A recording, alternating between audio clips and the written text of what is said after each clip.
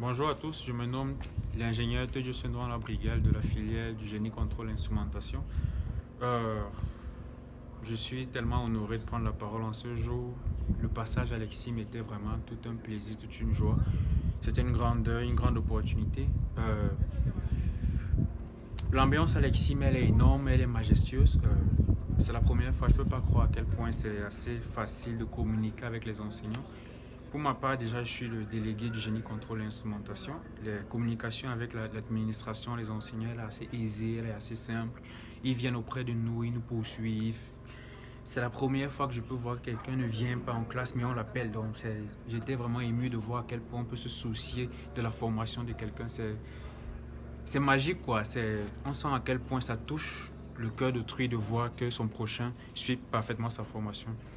Euh, Académiquement parlant, l'EXIM a, on va dire, 6 filières actuellement en cours.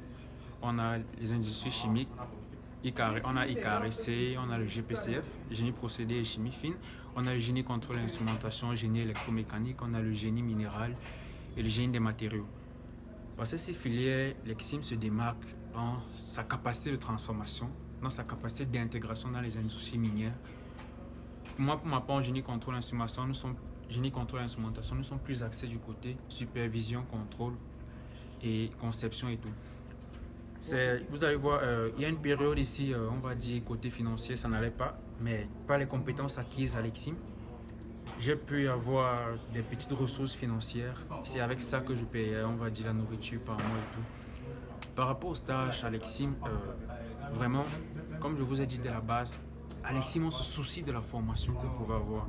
On se soucie de ce que vous pouvez gagner. L'EXIM se déplace d'ici et se déploie dans les 10 régions afin de nous chercher le stage. Ma première année, j'ai fait un stage à Douala. Ma première année, j'ai fait un stage à Douala, en pétrographie. Ma deuxième année, j'ai fait un stage à Yaoundé à la CRTV. Ma troisième année, j'ai fait le stage, le stage fin d'études. J'ai fait le stage à Eneo, à la centrale hydroélectrique de Lac d'Eau. Vous voyez, si c'est vous-même qui cherchez le stage, c'est pas aussi évident. Mais l'EXIM a pu nous trouver un stage. Et grâce à l'EXIM et grâce à sa formation, ça c'est une expérience vécue, ça c'est quelque chose, ça je vous parle de ma personne en tant qu'ingénieur. Je vous donne ma parole déjà, la parole d'un ingénieur bien sûr. Grâce à l'EXIM, j'ai fait un voyage en France où j'ai assisté à une formation en automatisme où je n'étais qu'avec des professeurs, des docteurs, des ingénieurs, c'était vraiment énorme. On va dire, n'étant pas encore ingénieur, j'étais le seul niveau bac. Vu que si tu n'as pas encore ton diplôme, moi qui est entré à l'EXIM niveau bac, je suis là comme un bachelier en fait devant des professeurs d'université reconnus, agrégés d'Amérique, d'Europe. C'était énorme. Et tout ça grâce à l'EXIM, parce qu'à l'EXIM, j'ai suivi le génie contrôle et instrumentation. Ils étaient tellement émus de me voir parce qu'ils se rendent compte que au Cameroun, on développe déjà ce domaine-là. On entre dans l'automatisme là.